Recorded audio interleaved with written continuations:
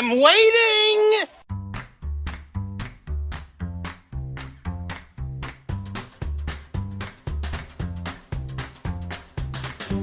Quiet, numbskulls, I'm broadcasting.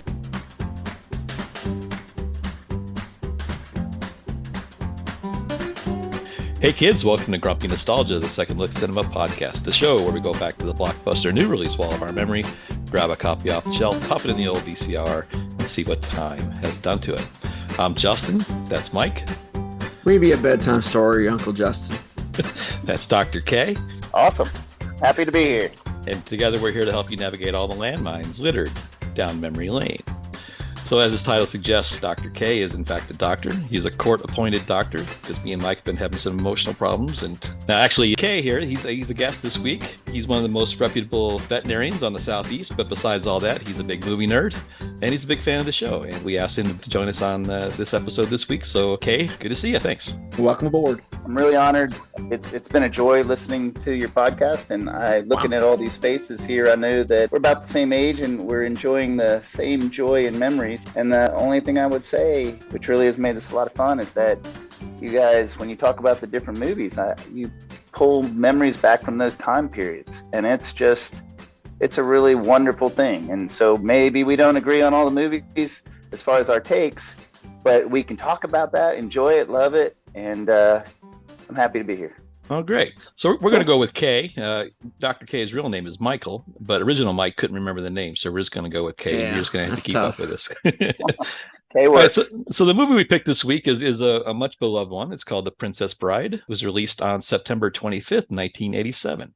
And I think everybody in our age group has either seen this through a date or some other extenuating circumstances, but this is a really fun one, and we thought this really tugs on the nostalgia strings. This is a recommendation by Kay, so here we go. So this was directed by Rob Reiner, who's a pretty prolific director. He's done things like Stand By Me, Spinal Tap, Misery. This was attempted to be directed by a couple directors. Robert Redford, Norman Jewison, Francois Truffaut all tried to make this filmable with no success. But it was essentially Norman Lear's financial backing with his association with Rob Reiner. He kind of financed the film out of his own pocket, much like he did with Stand By Me prior to this. Got this movie made. It's adapted by the book by William Goldman, who also wrote the screenplay. We talked about William Goldman, I think, last time, Mike. He did, I think, $1 Million Polish. Yeah, he's the cleanup guy, right? That come in at the end. Yeah, he's famous for having saved Good Will Hunting, Silence of the Lambs, and other things as the script doctor. But he's got a prolific resume on his own. One Flew Over the Cuckoo's Nest, Butch Cassidy, Misery. So pretty hardy stock there.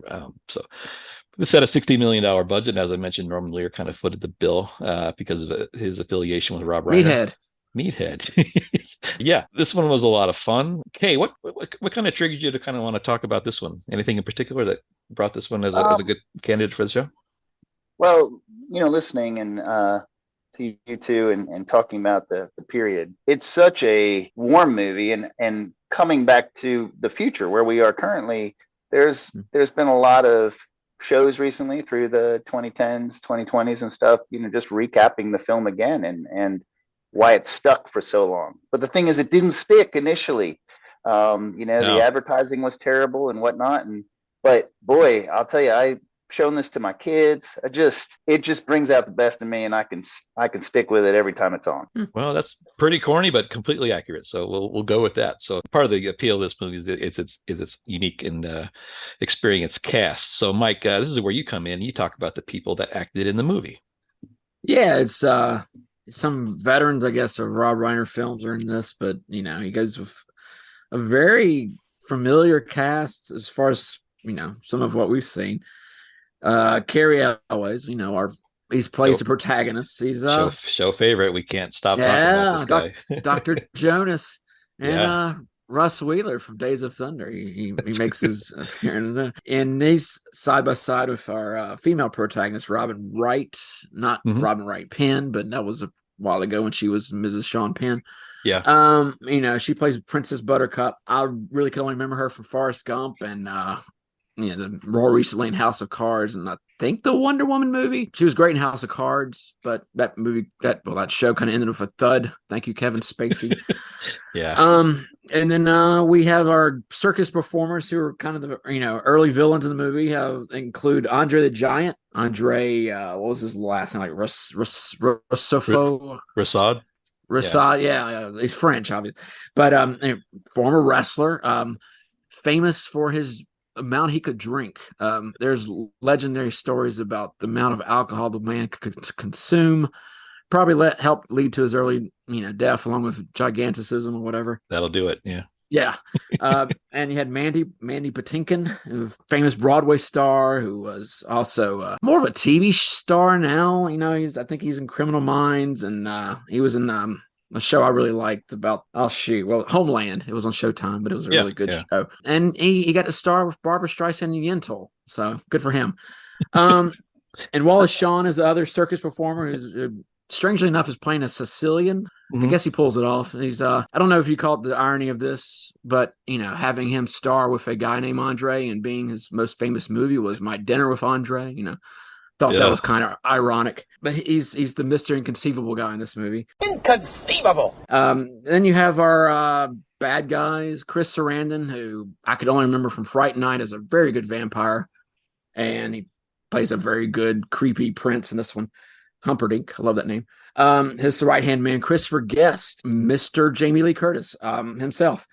Saturday Night Live alum, and also more famous probably for doing these movies like Best in Show and Waiting for Guffman. Of course, he was in Spinal Tap, another Rob Reiner movie. And then you have the framework of the movie is Peter Falk, of Columbo fame. Let me ask you one more question. He's the old grandpa who's reading to Chicago Bears fan. Right, probably. Fred Savage.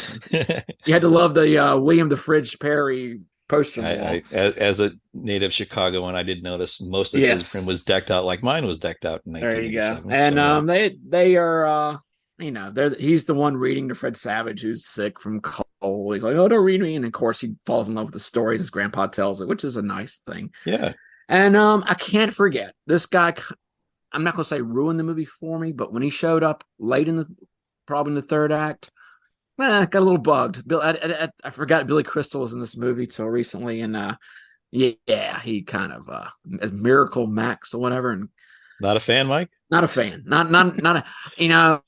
I like When Harry Met Sally, another good Rob Reiner movie, but I can take them in small doses. Well, you're at it. Why don't you give me a nice paper cut and pour lemon juice on it? That's a little over the top. It was a small enough dose, but all right. Well, it was a little goes a long way. So okay, there's most of your cast. All right. Well, nice job. Thank you, sir. As Kay was alluding to earlier, this one did not perform very well. It actually, interesting story. It tested better than Back to the Future. And, test audiences are really the benchmark for how studios determine how they're going to market or produce a movie. And typically those things kind of result in big box office, but this really didn't have a whole lot of competition at the time. We'll get to that here in a little bit, but it only came out of the gate with about $200,000. And it really infuriated William Goldman, who really felt that the studio didn't know how to market it. I think, Kay, you kind of alluded to this already. They didn't know how to package it. They just didn't know how to really find its niche. It's kind of hard to attest to why a movie, of this weight now, all these years later, didn't really perform well at the box office. I just thought that was interesting. Yeah. So a couple other notes on that cast. Christopher Reeves was in talks to play Carrie Elway's character. Wesley, yeah. Numerous actresses auditioned for the Robin Wright character. Uma Thurman was in there. William Goldman really politicked hard for Carrie Fisher. But I think she had her turn playing enough princesses at this point. She was really, Kate, correct me if I'm wrong, but wasn't this kind of Carrie Fisher's period where she was really she was an iocane. Drugs and alcohol, right? Yes. Yeah. I think she was getting pretty rebellious at that point. Yeah, she kind of had a lot of backlash against Hollywood at that point. Courtney Cox, Sean Young, who also auditioned for every movie in the 80s. She was also contributing. And Meg Ryan also auditioned for this movie. But after Robin Wright auditioned, that was the last one, and they figured out that she was really the one they wanted for the role. Danny DeVito was considered for the Wallace Shawn role of Benzini. I think that might have been good too. Arnold Schwarzenegger was considered for the role played by Andre the Giant. As well as Liam Neeson, which I thought was interesting. So, he's got a very unique skill set, I've heard. Yeah. You mentioned Chris Sarandon. I think every kid our age probably watched Fright Night on HBO ad nauseum in the mid 80s. Chris Sarandon played the vampire Jerry Dandridge, Mike, as you mentioned there. Interesting note, he was also the voice of Jack Skellington in the non-singing parts of Nightmare Before Christmas. No need. They felt that Danny Elfman's acting chops weren't there, so they hired a similar voice, Chris Sarandon. So there's some trivia for you for free. There you go. All the characters are introduced within 7 minutes of this film, which is interesting. We talked about Norman Lear, the financing the film. What I thought was interesting here, Mark Knopfler of Dire Straits fame did the music, but he only agreed to do the music if Rob Reiner agreed to put his Spinal Tap baseball hat in the film as an Easter egg. Oh, wow. Did anybody, Kay, did you see that at the beginning? Yeah, it's in the bedroom, right? In the bed. There you go. All right. But the deal was done.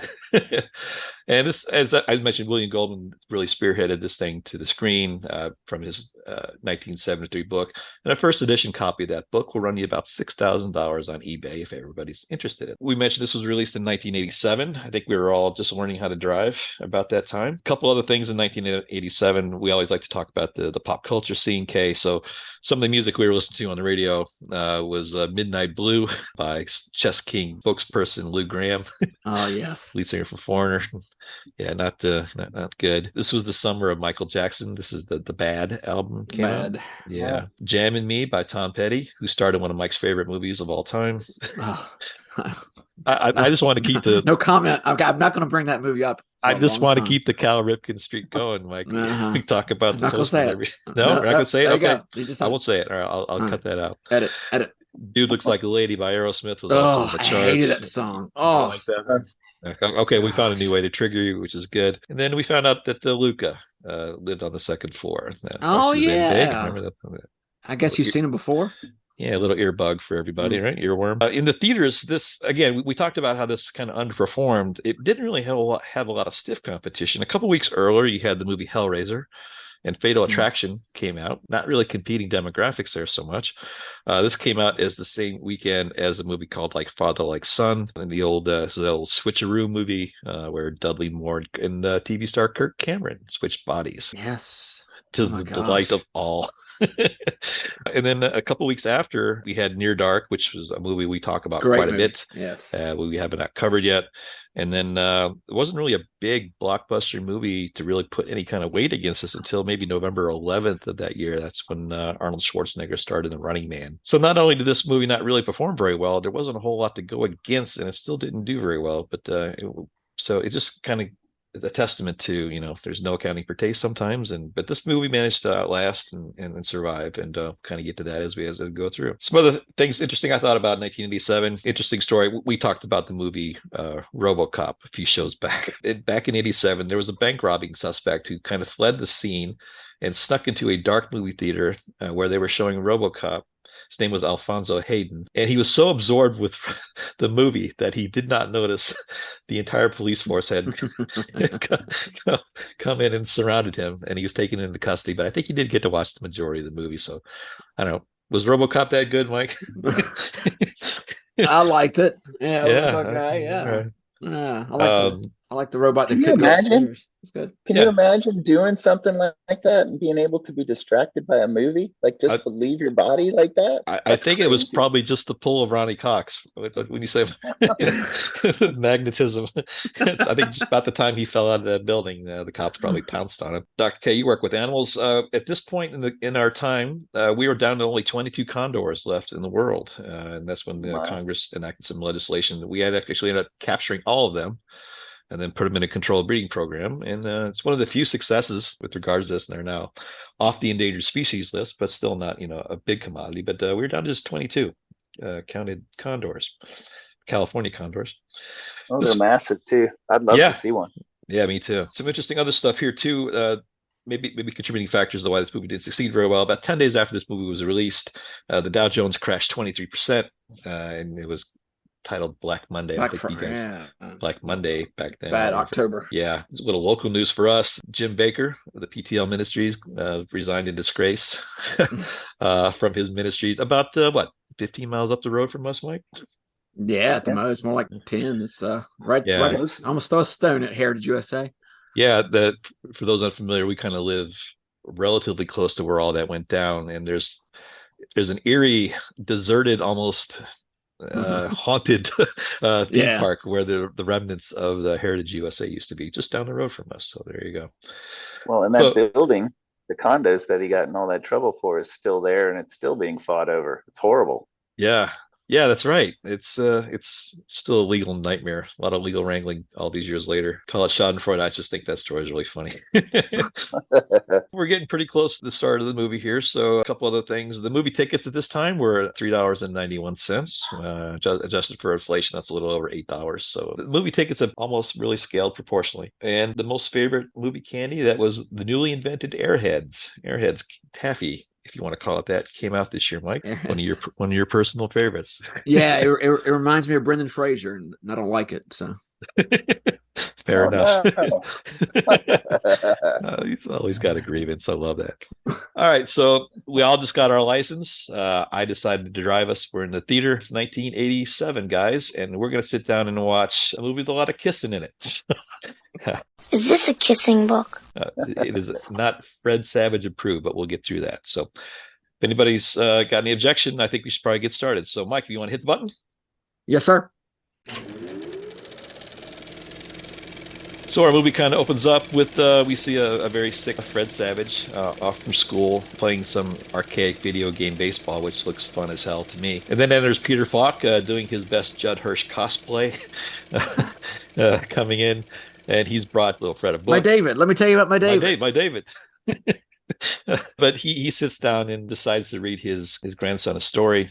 It was just, when I was a kid home sick from school, I wanted my grandfather to come read me a story, right? I didn't want to watch Price is Right or Oh yeah, I play video games. play video games all day. No, I wanted to hear a story. But he proceeds to sit down and start to read the story. All right, so the story is about Buttercup and the farm boy. Buttercup is the princess, played by, not yet a princess, but the fair maiden played by Robin Wright, and she develops this relationship with the farm boy who's played by Carrie Elways. It's confrontational at first.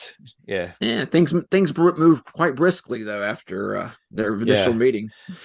She initially just kind of teases the farm boy, but he gives a very steadfast response, as you wish, for all of her demands, and he kind of wins her over.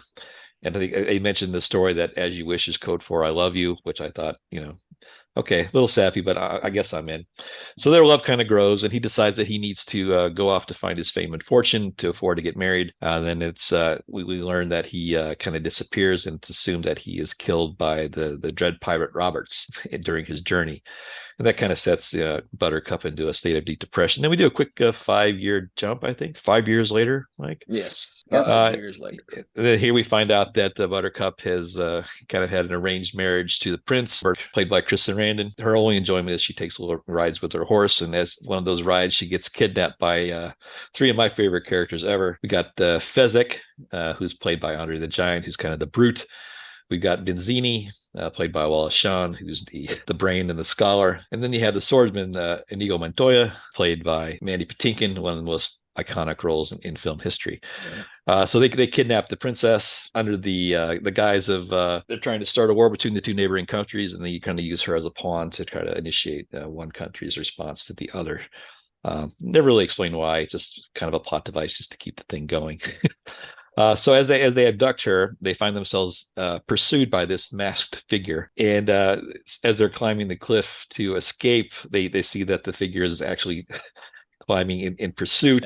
So they're getting pursued on the boat by this black figure, where Wallace Shawn shouts out "inconceivable," which is the bookmark line of this film.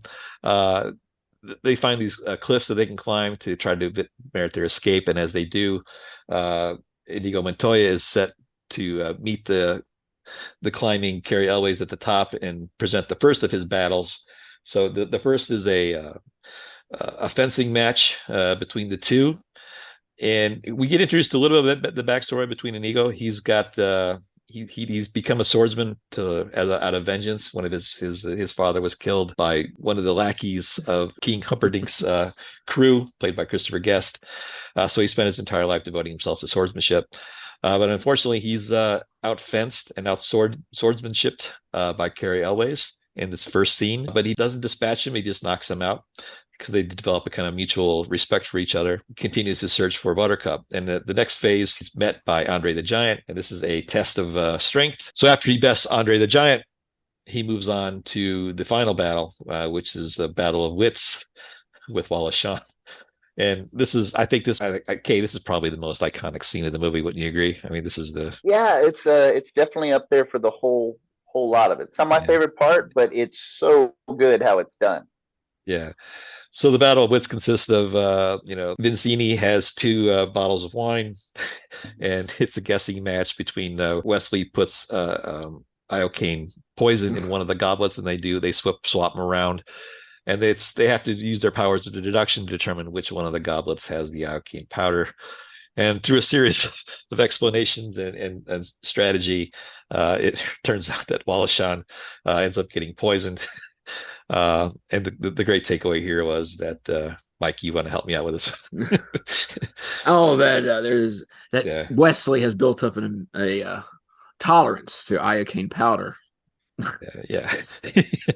Hence outsmarting him. Yes. All right.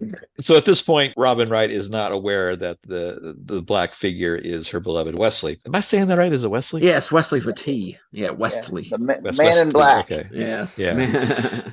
Yeah. So she's not aware that the man in black is Wesley, and he's a little rude to her at first, and I could never understand the reasoning behind that. Like he tests her love, or at some point, maybe I don't know what that was, but they have some confrontations, and she ends up pushing him down the hill. And as he falls, he utters the phrase "as you wish," and that verbal trigger kind of triggers her memory, and she realizes that her beloved is at the bottom of the hill, and that's where the kissing part goes, and this is where Kevin asks Fred Savage asks to stop because he doesn't want any of the kissing part, and Peter Falk has to stop and interrupt. And I love the little intermittent halts in the story to go back to Fred Savage and Peter Falk to explore that dynamic. Yeah. It kind of portrays how important, how well the story is told, and how much the kid is really fighting to not like it. But the narrative, the way it's being told to him, just kind of makes him want to hear the rest of the story. I just thought that was an interesting dynamic. Yeah, any other movie would totally break you out of that suspension of belief you're supposed to have watching a movie. All of a sudden here comes a little snot-nosed kid saying, "Oh, kissy, kissy, ooh." Yeah. But it doesn't, because the story, like you say, is framed so well and already set up to be a fantasy story. I mean, there's no fancy CGI or anything. It's, this immersed you into believing that this is a real world. They've already made up names for like these places like Gilder and Flora. It's like, okay, we got it. But it doesn't break you out of the movie. Is the best part of that. I think Peter Falk saves a lot of that. I mean, you have Fred Savage interject, but Falk did a great grandfather, like kind of smart about what he says to the kid, and the kid's like, no, and their relationship really, really made it. So it's awesome. Yeah, absolutely. Yeah, and he threatens to take his ball and go home a lot. He says, "You don't want to read? I'll stop reading." But he knows how to play to that, and I thought that, and I think to your point earlier that because it's such a simple, effective story, it's like you're being told a fairy tale, and I think that's very deliberate. I don't think there's a lot of complex plot devices, it's not a very complex plot whatsoever. It's just it's things that you were stories you were read when you were 6 or 7 years old, but in a kind of a more mature context. So I think it works out really well. So we do jump back to the story, and at this point, our two lovebirds are kind of chased into the fire swamps, being pursued by the king, and they meet a series of challenges here. You've got the lightning, and you got the quicksand, you got my favorite things, the rouses, the rats of unusual size. I think Rob Reiner did the growling for that rat, by the way. He did the voice for that speaking role. Wesley bests all the challenges, and they finally get to the swamp, and unfortunately they're met by the king and his crew, and they're finally captured. As like a bargaining chip for her love, she offers to go with the king, release Wesley, and they agree at first, but of course there's more to the story, Mike. The king sends his henchman, Count Rugen. Count Rugen. The king sends his Count Rugen to facilitate his escape, but he actually takes him and gets him captured and puts him in a torture chamber. So he kind of reneged on the deal. But he does a heel turn right there, Justin. A big heel turn. Yeah. Third act is essentially the wedding's being scheduled and prepared for, and the despair of Robin Wright. She lost her love. Now she has to marry this king. It gets a little dark for Wesley. He gets tortured in the last act of the film and ends up dying. And in the meanwhile, Inigo Montoya is reunited with Andre the Giant. They realize that they were swindled by Vizzini, and they want to make it right. And then we also get introduced the revenge element is triggered here because Inigo Montoya understands that Count Rugen is the man that killed his father, and he finally has a chance to exact his revenge. So they can kind of kill two birds with one stone. So, but in order to do that, Wesley has to be alive. The albino, the guy that was the torture guy, they end up capturing him and leveraging him to show them where Wesley is, and they free him from the clutches of the dungeon. And in order to bring him back to life, they take him to a little cottage where we get introduced to Mr. Saturday Night, Billy Crystal. I think Carol Kane was his wife. Yeah, she was fantastic. Yeah, she was great. Yeah, she's great, unrecognizable too. Her makeup was really just beyond. Billy Crystal plays Miracle Max, and he introduces a potion because of his hatred for the king to bring Wesley back to life. So life being in air quotes here. He's kind of reanimate him for a while. He never really does get his faculties a lot. And that's I guess if I did have one criticism, is like the entire third act of the movie, our hero isn't a hero. He's just kind of a limp noodle. He's a prop. Yeah, he's just there. Yeah, he's kind of like he was mostly dead. That's true. Dead. Yeah, but he essentially does like a Weekend at Bernie's thing for the rest of the movie. So at the end here, it kind of comes to around the conclusion where Inigo Montoya and Andre the Giant kind of bust through. One of my favorite visual sight gags, I think, in film history is when he finally confronts Count Rugen, and he says the words he's been dying to say: "My name is Inigo Montoya. You killed my father. Prepare to die." And there's this like pause. And then Christopher Guest just hightails it and runs away. It's such an ironic take on that whole thing. I just laughed. I remember that stuck out as like my favorite part. The first time I saw that movie, I just thought that was really funny. But he ultimately has his revenge, and they storm the castle, and they rescue the princess, and they leave the king alive just to rue and regret what he's done. And then Andre the Giant steals 4 horses. And in typical storybook fashion, they ride off into the sunset. My concern was for that horse that Andre the Giant was riding. I know, right? I think was that a lifted? draft horse, Kay? Or yeah, huh? I think he was lifted on. I think they had something on him to hold him on top of that horse. I would hope so. No, I'm pretty sure they had some kind of like almost a lift of some sort. Yeah. Oh my gosh. Wow. That summary did in no way did it any kind of justice, guys. But that kind of wraps up the story within the story. And then as the two go to kiss, they kind of stop the story again, and we go back to Fred Savage pausing, and Peter Falk says, "What? No concern about the kissing?" He goes, "Oh, okay, I'll a little kissing," and they kind of sweetly end the story with the kiss at the end, and that's kind of it for The Princess Bride. And that is what I thought was interesting here, and kind of very sentimental, very touching. That at the end of the story, Peter Falk closes the book, and Fred Savage says, "Would it be okay if you came back tomorrow and read the story to me again?" And of course, Peter Falk says, "As you wish," to mirror the story. And it was just that kind of rolled the credits. And we have a montage credit scene here, which I thought was fantastic. It worked. Yeah. It worked. Everything in the 80s and the 90s had to have a montage at some point. Right. But that's kind of the end of the story. And it was a really kind of, sweet yet effective, kind of simple story. That I'll be honest, I had forgot most of this movie from the first time I had seen it, but we'll kind of get to our details of that when we kind of go into our grumpy meter. So before we do that, let's look at a few things about awards and accolades. So as we mentioned, this movie did not perform very well. In its opening weekend, it only managed to squeeze out about $200,000, which in modern terms is not very much at all. It ended up with a domestic haul eventually of $30 million. It made a paltry $45,000 more international, 31 million total. It did get an Academy Award nomination for Best Song, but it did not win. It lost to I've Had the Time of My Life. Oh, 30 Dancing. No way. Mike, can you give me an artist on that one? Extra credit. Bill. Oh no. Bill Medley and Jennifer Warnes. Well done. Very good. Sure. Yeah, that ended up getting the Oscar that year. Unfortunately, Yep. But nobody it's a puts catchy baby in a tune. corner. Yeah, it's catchy. It's very true. Never felt like this before. There you go. Exactly. That's enough out of you. I already got enough music savants in the room. Its legacy is such, it's one of the most beloved movies of all time. It's on several must-see before you die lists. I think it exceeded the cult status to some point. I think it's a pretty mainstream movie now. Hmm. I think people just have really come to appreciate this more over the years. The fact it was actually entered into the National Film Registry in 2016, so that's a big deal. But that's kind of where it ended from a commercial standpoint. But critically, it was extremely well received, and the people that did see it, just loved it. And I think the aftermarket, the home video market, really helped support this down the road too. I think a lot of people our age show this to their kids now, and I think that it's just one of those things where the cycle keeps turning. So having said all that, let's talk about what the movie meant to us. So, Mike James, why don't you go first? Oh, Put sure. in our grumpy meter and talk about your opinions from your first watch to your most recent watch. So what's changed? Yeah. Well, my first watch was last night. I had never seen the movie. My kids had actually seen it before me, so good for them.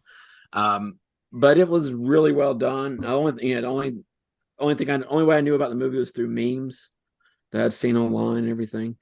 But it's one of those movies that's hard to critique, but it's a fairy tale about true love, and it's, like I said before, it's really well done. This is a movie we talked about this before in other podcast. This movie could not come out this year in modern times, in present day You don't America. think? No, You don't think? no. Okay, this editorial here. This is totally my opinion, but I think Robin Wright plays the perfect damsel in distress in this movie. She has her own agency, and she doesn't. She fights back. She escapes. She does not want to marry this really turd of a guy, the prince. But I would see, if this movie was made today, she would end up being the hero. She would kick everybody's ass. You know what I mean? It would be a totally different movie. It would focus more on her as a hero character, where it wasn't like a old timey fairy tale. It's like, Okay. it's just, and like it or hate it, that's just the way it would have been. I'm not.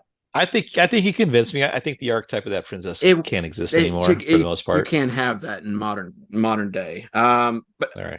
But the way it's handled, it's just weird that Rob Reiner, of all people, is directing this movie. You think of a guy who directed Misery and Few Good Men. I mean, it's kind of like if Clint Eastwood directed People versus Larry Flint. Think about a liberal left wing radical practically directing a fairy tale movie. It's just like, wow, that's inconceivable. And then, but like I said, it's very clever. It works the same way with like I said, it's just it's hard to imagine. But it's a movie that kind of catches lightning in a bottle. I don't know why it didn't succeed at, like I say, marketing campaign or whatnot. But the proof that it does so well now tells me that it would be a movie that would let me amend what I said earlier, Justin, when you said Okay. it would be well received today. It just wouldn't be made today.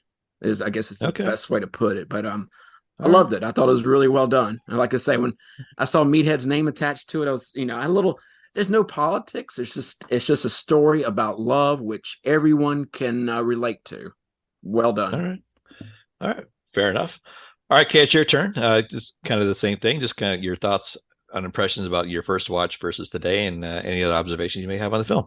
Oh, for sure. So I guess in '87, you said Fatal Attraction had come out, and I remember seeing that. So it would be in the same time period, certainly. Totally different films. I think part of the catch was I had no idea what it was about, because I don't believe there was a trailer. I hadn't read the book, and had I read the book, I wouldn't have had a clue what it was about anyway. That's a Google. Someone can go and read about William Goldman in the book, because it's its own story in and of itself.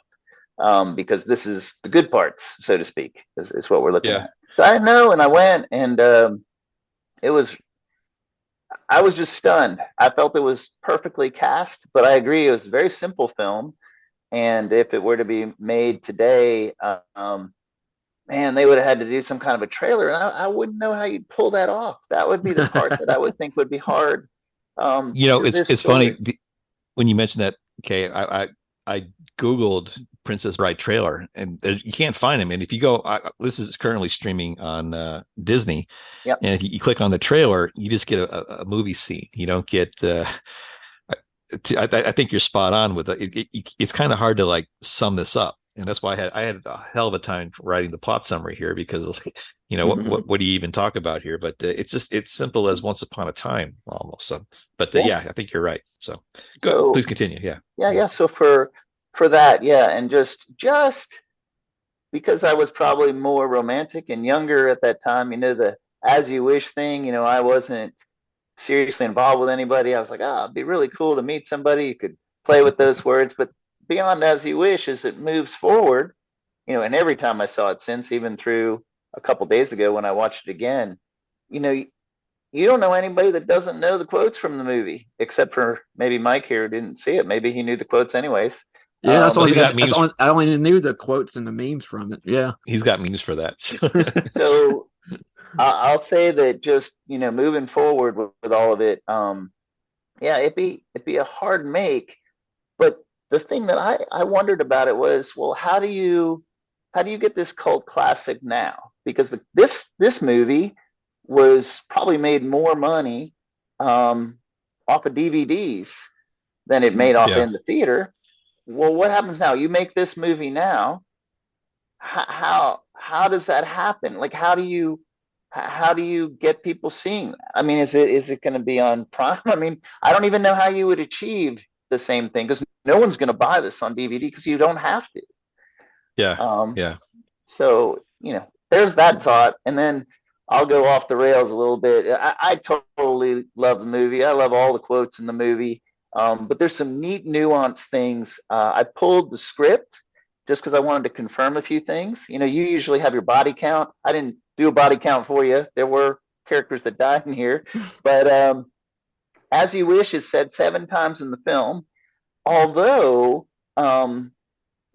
you look online, you'll find it 6, 7, and 8 times. It's actually said 7 because I think if you do the search, when he's falling down the hill, he goes, "As you wish." Well, there's dots in between all that in the script. Yeah. So as he says it, you won't find that on the search. So you'll miss it, and you'll come up with one less. It's said 3 times by the grandfather, 4 times by Wesley. So that was neat. Inigo Montoya says, et cetera, prepare to die, 6 times, which is neat because how many fingers did Count Rugen have? It's 6 fingers. Very 6. good. Well, 6 on one hand, the right hand. Yeah. So I thought that was neat. But what was really neat about Inigo Montoya and Count Rugen's fight at the end was everywhere that Count Rugen had created a wound on Inigo Montoya was all given back to Count Rugen in the end. So he throws the knife at him, hits him in the gut. He's already slashes cheeks, and then he stabs him in both shoulders because they're deflected. Well, Montoya goes back, and he stabs Count Rugen in both shoulders, slashes both cheeks, stabs him in the gut to finish him off. And that's all written into the script. So that's a really neat Easter egg. Like, I would have never enjoyed that, but watching that again, so wonderful. Huh. And then my last thing is that I wanted to know how common it was to have 6 fingers on a hand.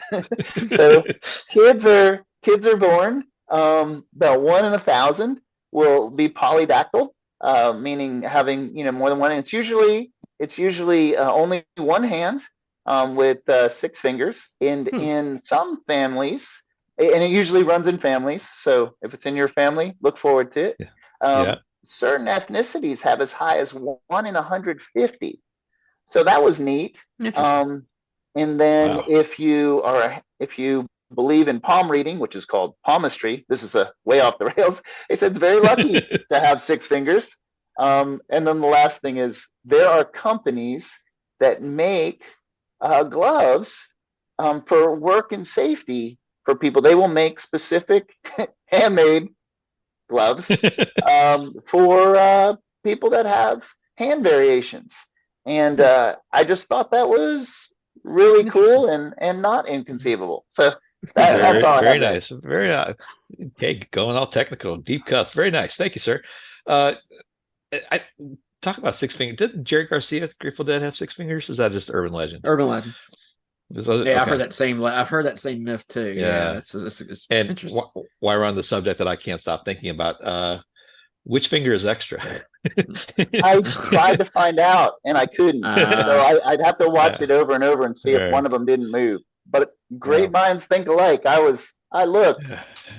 As someone who drives 90 miles a day, I'd like to have two middle fingers sometimes. That's for sure. Well, so the extra finger in polydactyl is usually by the pinky. Okay, that makes sense. Yeah. I think Hannibal Lecter in the book at least had six fingers, and I don't think they did that for the film, but it was actually a plot device in the book because he hid the key to his cage in the Nashville jail. He held it in his other hand because he knew the other hand would draw attention, so he kept the key in his normal hand. But that's just the inside baseball for everybody. So I'm going to go to my final pick. So I saw this. I didn't see this in the theater. I saw this with probably a girlfriend in 1988 as a VHS rental. And I was probably a little too cynical at the time to appreciate it at the point. I did like it. I thought it was funny. I probably saw it as like an 18-year-old kid. But I thought it was a good movie, but it just kind of left me. And to be honest, I had not much memory of the scenes here. A lot of the stuff I saw here was no memory except for the iconic scenes with Wallace Shawn and the poison and the Inigo Montoya running away thing. But I did really kind of enjoy the subtlety of the story and the simplicity, how effective it is. It's very exceptional storytelling. And I think the clever thing they did here is to make it that simple, because it allows you to go, as Mike pointed out, it allows you to go from the story within the story, that meta element of in and out very easily. It's not very abrupt. You don't have to recollect your thoughts. It's just a very simple, neat little story that's age appropriate and friendly. And these are themes and tenets that are just kind of generational. You don't have to worry about, grandma can watch this or the kids can watch this and everybody's going to kind of get it. Yeah, when Mandy Patinkin says "son of a bitch" near the end, it actually was kind of jarring. It was like, whoa. Yeah, it's like, whoa, kind of kiss your mom with that mouth, Mandy. But yeah, that was. I think that's the point. I think this movie's got the engine that it needs just to live on and on and on, because our generation's kids can show it to their kids, and those have been consistent narratives since we started writing things down on paper. So I think it's just a great little sweet little movie that just hits all the marks. So speaking of hitting all the marks, hit your mark. we all kind of had the same opinion on how this movie plays and how it sustains and everything it does right. One of the things we thought was more funny was the fact that it's a film that features a professional wrestler. So we grew up in an age where pre WWE, where we grew up on wrestling, and we always thought that was a funny element. There's inherently funny things about wrestling, and when worlds collide and we get to see these medias kind of cross paths, we think it's always kind of funny. So we thought for this week's edition of You Just Made the List, Pal, we'd like to talk about other films that incorporate wrestlers in them. So we thought this week would be fun to look at movies that feature our favorite wrestlers, whether it be good or bad. So Mike James, why don't you go first? Hooray. My first one is it's a no-brainer. This one's almost too easy. It would be Jerry Lawler in Man in the Moon, who basically is playing himself. This is a movie that came out in 1999. Jerry the King Lawler was famous for confronting Andy Kaufman on a talk show in the early 80s, and it led to an actual wrestling match in IRL, as the kids would say. And it was funny because when they made this movie, he decided to appear in it as himself and acting alongside Jim Carrey, who was playing Andy Kaufman in the movie. And playing himself, he does surprisingly well. So that's my first pick. What I thought was best about that scene, it was meant to be comical, but if you know anything about the backstory, it's horrible. It's scary. It's horrible. It's awkward. The Jerry the King was really, really ticked off about it. That was not. I'm surprised that Kaufman or Jim Carrey didn't end up with more broken bones than necessary after that. Yeah. I think the wrestling term for it, that's a shoot, That was a Mike, shoot. It was. where the violence is real. All right, so that's a great one, Mike. All right, so Kay, you're up next. What's your pick? All right, so I'm going to go backwards on this. So in 1994, The Crow came out. I don't know if there's any wrestler in that, but Sting, who was a very famous wrestler, stole the Crow's facial makeup and everything as darker redirect in 1996. That's great. Yes, he had blatant copyright. Sting of the NWO, Mike. That's really good. New World Order, yes. All right, well, I'm going to go meta, like both of you guys went meta. My favorite one is George the Animal Steel, better known as Bill Myers from Detroit, in the movie Ed Wood. Oh yeah, where he plays another. He's a wrestler playing another wrestler of another era, where he plays Tor Johnson, who was the default villain in all of Ed Wood's movies. I think Lobo was his character's name. In the Earner. Yeah, but just an amazing performance. George the Animal Steel is an interesting story. We lost him a few years back. He had a college degree, he had a family, he had a normal life, but he played this character, a very hirsute character, by the way. Often looked like he was wearing a fur coat. Yeah, very hairy man. Bare chest, very hairy guy. And Mike, remember the green tongue? Oh, he always had the green tongue. Yeah, I think his signature move was to eat the turnbuckle. But he got that green tongue by eating Colruyt breath mints, so I thought that was funny. But his performance as another wrestler in that is fantastic, and one of my favorite performances. So that's my pick, George the Animal Steel. Nice. So Mike, we're back around to you if you can stop laughing. Yeah, I'm good. I forgot about the turnbuckle. And going off on yours, I'm going to go for the actor he played, Tor Johnson, who, like you say, was in the Unearthly, where he played Lobo as the famous "Time for Bed." Is his famous line in that movie, and he was time for go to bed. That's right, and he was the noted physicist Joseph Jaworski in Beasts of Yucca Flats. Oh my God! Yeah, you're pulling out all. There you go, and of course, but his most famous role though was in Plan 9 of Outer Space, where he played a cop who, of course, ends up regrettably dying and then turning into a zombie and strangling a few people. So, What was the name? What? Please tell me the name of the cop. You remember the name of the cop? I could not remember the name of the cop. I could not come off the top of my head with that one. Sorry. Something horrible. Yeah, it was. Yeah. But anyway, that's Tor Johnson. All right, that's a great one. All right, we're back around to UK. What's your second pick? Okay, so I was gonna when you first asked about wrestlers, I don't know why, but Jesse the Body Ventura pops in my head every time. Yeah. I don't know why that comes up. So immediately we jump back to 1987, and if I remember correctly, that is both Predator and Running Man. That's correct. Yeah, nice call. Nice pull. Not starring. So Jesse was in in Predator, starring with Arnold, and starring, but in a minor role, in The Running Man with Arnold Schwarzenegger. Yep. And the crazy thing is, of course, then they both go on to be governors later in our timeline. Isn't that great?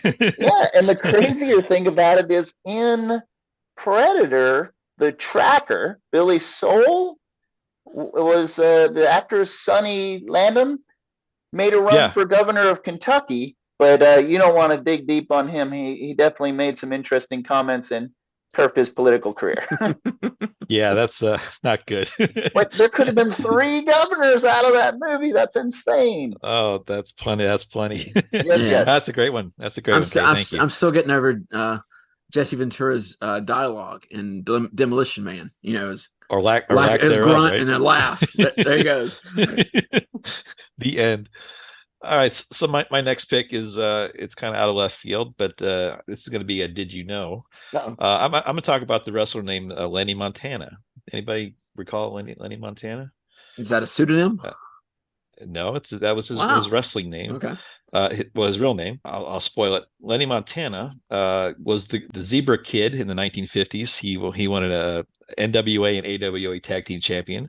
But I think most people remember him from his later role where he played Luca Brasi in The Godfather. Okay. Okay.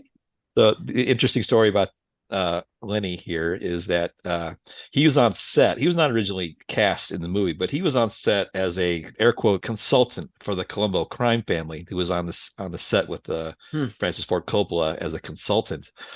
And Francis got a look at this guy in his 6'6", 360-pound frame, and thought, you would be great to cast in this movie. So he accepted. And Lenny was kind of a shy guy, even with his line of work. And he was caught one day reading lines. He was very intimidated by Marlon Brando, like most of the actors on that set were. And he was practicing reading lines in the hallway. And that scene, that real life thing was replicated in the movie. As you remember at the beginning, at the wedding scene, Luca Brasi is rehearsing his lines, what he's going to say to Don Corleone at his wedding. But that was lifted from a real event.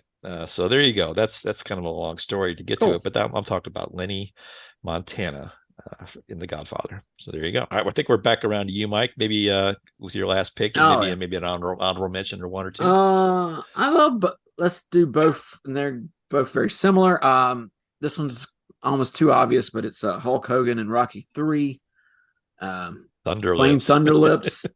I had no idea what I knew about WCW and NWA wrestling around locally, but I had no idea who like the national stars were, like from the WWF. And this Hulk Hogan guy, I had no clue who he was, and I saw him, as a kid and watching Rocky 3, and I think that was my first introduction to like I said, these kind of superstar wrestlers. Like that guy, but it's a great role where he's like toying around with Sylvester, like, come on, let's do an exhibition, and then when Hulk Hogan actually starts throwing him around the ring, and Sylvester gets a little ticked off, like, hey, what are you doing, man? And it's an interesting start in the movie. I always remember that. And I guess my honorable mention, which is very much similar, was Macho Man Randy Savage in the Spider-Man movie, where he's playing a character, so the wrestling contest that Peter enters, and I think his name is Bonesaw, because only reason I can remember that is I can hear Macho Man Savage going Bonesaw, doing that voice, and it's fantastic. And that'd be my honorable mention. But like I said, that's very similar to Hulk Hogan's Thunderlips too. So there you go. Yeah, that's a great one. Yeah, thank you. Rocky 3, check it out. All right, Kay, up for your last pick, and maybe an honorable mention or two if you have some. Yeah. Let me finish my Slim Jim first. I got to step into it. Nice. So I have. Okay, so I'm gonna try to come a little more recent with my wrestler. So I'm gonna go with Dave Bautista. I'm gonna say that because he was. You go back to the Blade Runner from our youth, so to speak, and then you have the new Blade Runner that came out recently, which he was fantastic in. And then he was in obviously the Guardians of the Galaxy films that he's played his role really well. And then the one other thing is that he was in the Bond film in the 2015 Spectre, and that throws an interesting bit of data. If you go back and look through the Bond films from, I guess, the 50s to now, they cast wrestlers all the time. Richard Keel and was it Dr. Hakamura or whatever, the Japanese? So they have, I just thought that was an interesting thing, and my alternate was just corny. And it's a 2012 film, Abraham Lincoln, the Vampire Hunter. And nice. The reason I throw that in there is, believe it or not, Abraham Lincoln as the president was a wrestler. I don't know that that was just something he was in his history. So there you go. Rail splitter. Title holder. All right. Well, thank you, Kay. So those are all great. So my final pick is I'm standing here at the end of the day with all the carnage, shocked that this one's still left on the table. But I'm going to talk about Roderick George Toombs' turn in the film They Live. We're talking about Roddy, who we lost again, another wrestler we just lost. Oh, recently. that's right. He had a heart attack not too long ago. But They Live is a phenomenally corny, great, horrible, wonderful movie that is going to be on the show at some point. Yeah. It's the John Carpenter film about it's really a parable to Reagan Reaganomics and commercialism and things like that. But for many little kids on HBO, it's something we would watch late at night, and we just kind of developed an affinity for it. And Roddy Piper plays the character Nada. It doesn't have any name here, but he's the lone guy that initially sees the invasion, the infamous put on the glasses, Justin. Put on the glasses scene. Yes, that's what it was. That scene was rehearsed for 3 weeks, and those two fought. I think that filming took 3 days to film that scene, immortalized on South Park years later. Roddy Piper did over 50 movies. Yeah, he has quite a extensive filmography. Yeah, Hell Comes to Frogtown is another one of those cult movies he did, which is just a horribly crazy movie. But the iconic line, "I've come here to do two things, chew bubble gum and kick ass, and I've run out of bubble gum." That's the first time that line had ever been said, and it's been bastardized over the years and satirized and used, but that was the first time you heard that, and that should get all the props it deserves. So a great movie, and his performance in this, even for a wrestler, is not bad. No, kind of like an Omega Man type thing. He was like the last guy at the end of the world, but a great movie and a great performance. So there you go. We just talked about wrestlers for 20 minutes, guys. I think that that represents the end of our broadcast. What was the movie we did again? I something, I don't know, something with Princess or something. I don't know, whatever. But this was a lot of fun. Yeah, I was gonna say, for us local guys, was Ric Flair in anything? Woo! No, maybe no? Was he Beyond the Mat? Ready to Rumble? I don't know. I think as a fictional role, I don't think he had any fictional role. He played himself probably a couple of times, but okay. Woo! But his acting chops are not quite up there with his chops across the chest. Very nice. Thank you. All right. Oh. All right. Well, I'm wrestled out. We're gonna hit the bell. That we're done here, guys. But Kay, thank you very much for joining us. It was a lot of fun having you on today. Oh, my pleasure. And we hope you'll consider joining us for future shows. And we won't talk about wrestling. Yeah. Monster trucks. That's next. We could talk about that next. But it really was a pleasure. Thank you for listening to the show and supporting us and showing some. You always give us great feedback, and we always appreciate your thoughts and observations. We thought it'd be so great to have you on the show. So thank you. We really want to thank you for joining us. It was really fun to get together. So all right. So for those that are interested in our show, you can find out all the information you need about upcoming shows and events. You can check us out on our Instagram page at Grumpy Nostalgia. Feel compelled to send us an email pointing out our faults and observations, you can send us that email at nostalgiagrumps@gmail.com. We're currently doing on our Grumpy Nostalgia page our 30-day challenge. If you're interested in checking out, on our Instagram, what we think are our favorite movies based on the criteria based on that challenge, you can go back and check us out there. I think some of our observations are very clever, but some are very dumb. You can feel free to comment either way. So, all right, so that's going to kind of wrap it up, guys. I think we'll ride off into the sunset as you wish. Mike, anything you want to say before we head out of here today? Have your pets spayed and neutered. Rest well and dream of large women. So for Dr. K and Mike, this is Justin, and we'll see you again next time.